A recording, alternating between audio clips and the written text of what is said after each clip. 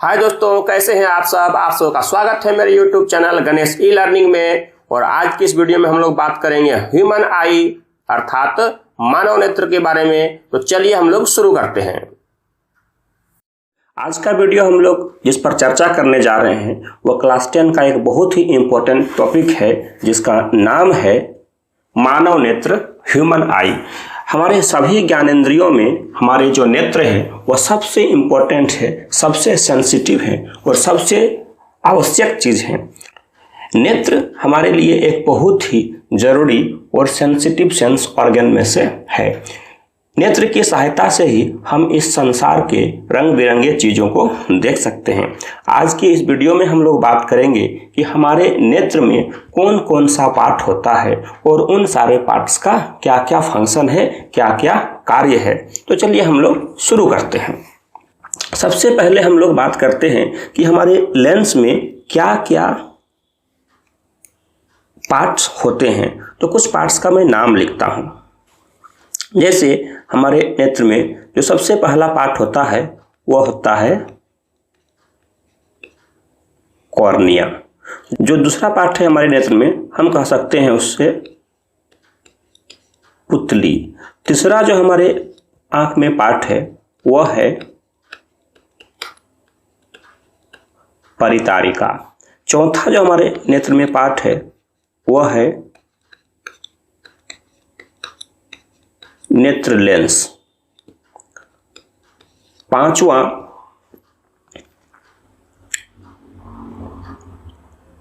नेत्रोद या इसे हम एक्वस ह्यूमर भी कहते हैं। उसके बाद छठा हमारे पास है पक्षमाभि पेशियां।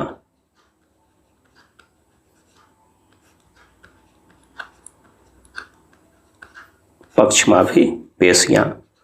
सातवां हमारे पास जो जरूरी चीज है वो है कचाभ द्रव। आठवां रेटिना। 9 दृक् तंत्रिका। दृक् तंत्रिका। इसके अलावा भी बहुत सारे पार्ट्स होते हैं, परंतु हम लोग अपने क्लास 10 का जो टॉपिक है हम लोग इतना ही चीज़ का अभी हम लोग यहाँ पर चर्चा करेंगे। तो चलिए हम लोग एक एक करके सारी चीज़ का चर्चा करते हैं। देखिए, आप हमारे स्क्रीन पर एक ह्यूमन आई का क्रॉस सेक्शन देख सकते हैं, एक चित्र देख सकते हैं। इसमें सारा नेमिंग इंग्लिश में किया हुआ है। मैं बारी बारी से उसका हिंदी नेमिंग भी बताऊंगा। तो देखिए, सबसे पहले मैं बात कर रहा था कि जब हम अपने आँखों को देखते हैं तो सामने से हमारा आँख कुछ इस तरह से दिखाई देता है।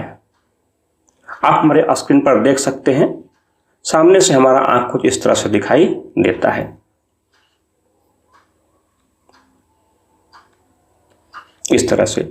अब देखिए, सामने से जो हम आँखों को देखते हैं, क्या हमारे आँख का वास्तविक आकार ऐसा ही है? बिल्कुल नहीं। हमारा आँख जो होता है वह इस तरह से लगभग गोल होता है, स्फेरिकल शेप में होता है।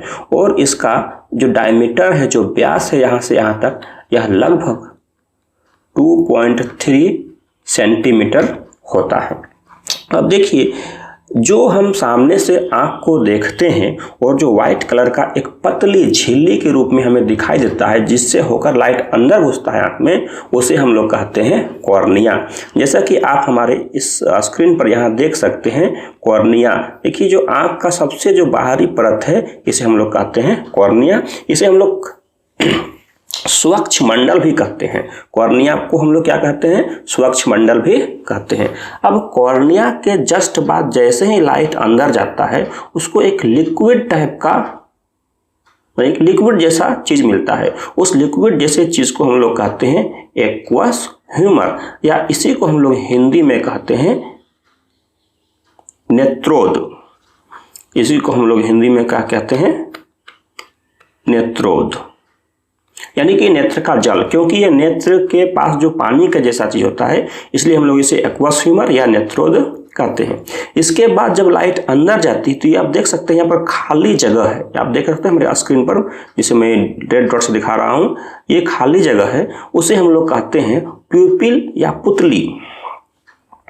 ये जो खाली जगह आप देख रहे हैं इसे हम लोग कहते हैं पुतली या प्यूपिल। देखिए यहीं से होकर लाइट हमारे लेंस के अंदर तक जाता है। अब यहाँ पर देखिए ये आप देख रहे हैं एक लगभग कॉन्वेक्स शेप का एक जेली टाइप का लेंस होता है। ये हमारा आँख का लेंस है जिसे हम लोग नेत्र लेंस कहते हैं।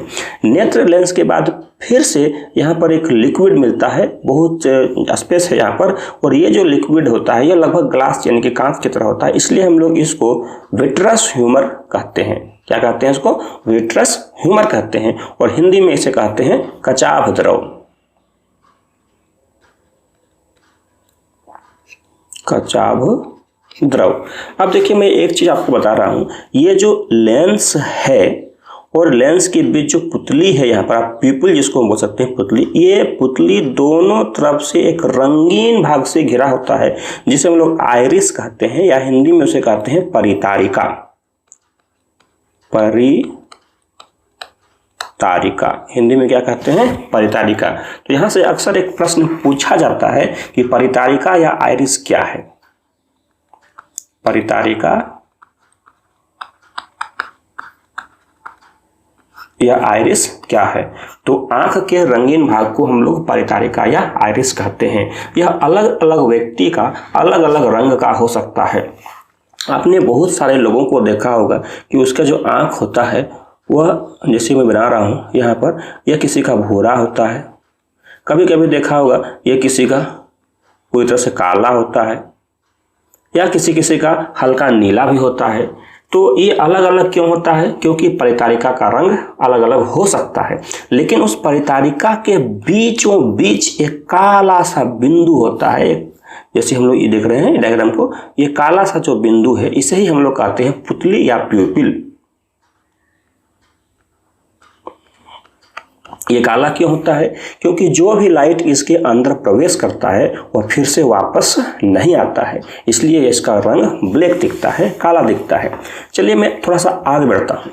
अब देखिए जब किसी भी ऑब्जेक्ट से लाइट आती है तो उसमें से अधिकांश लाइट का जो रिफ्रैक्शन है, जो अपवर्तन है, वह इस कॉर्निया के द्वारा हो जाता है, लेकिन उसके बाद जो लाइट अंदर पहुँचती है वह लेंस के द्वारा उसका अपवर्तन होता है, और लेंस के बाद लेंस द्वारा अपवर्तन होने के बाद उसका जो प्रतिबिंब है, जो इमेज है, वह कहाँ बनता है? रेटिना पर बनता है। वह कहाँ बनता है? रेटिना पर।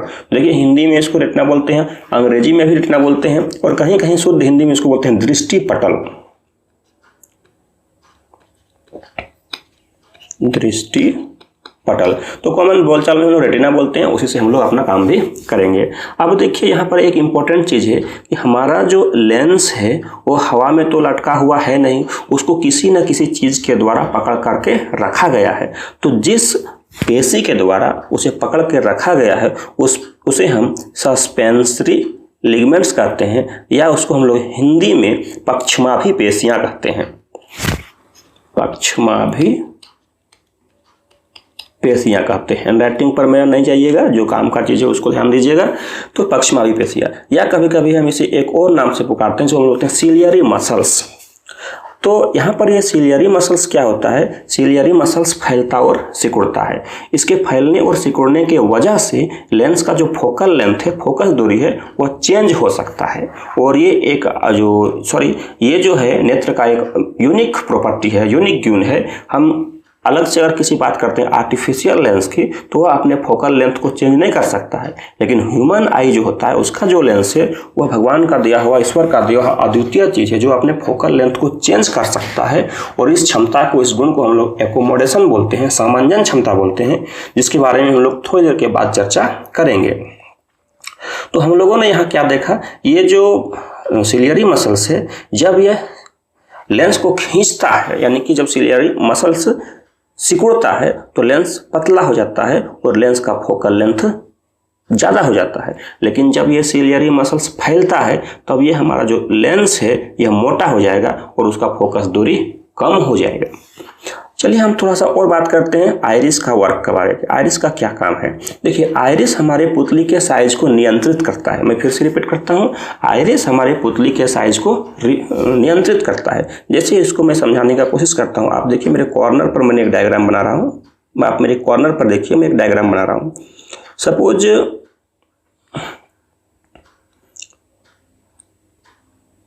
देखिए मैंने बीच में जो जगह छोड़ा है वह पुतली के लिए है, और जो मैं डायग्राम अभी बना रहा हूँ आप देख सकते हैं ये हमारा आइरिस है।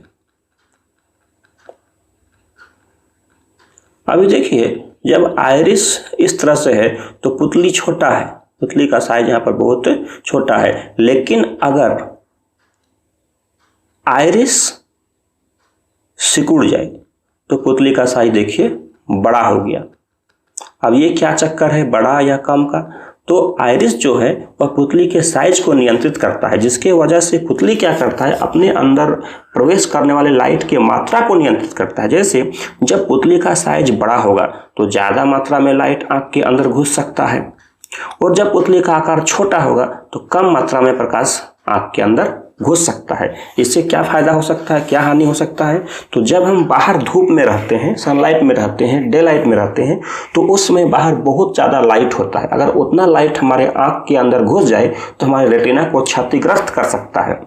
इसलिए वो आइरिस उस वक्त क्या होता है, फैल जाता है और पुतली के आकार को छोटा कर देता है, जिससे कि हमारे आंख में उतना ही लाइट घुस सके जितना उसकी आवश्यकता है, और हम वस्तुओं को स्पष्ट रूप से देख सकें।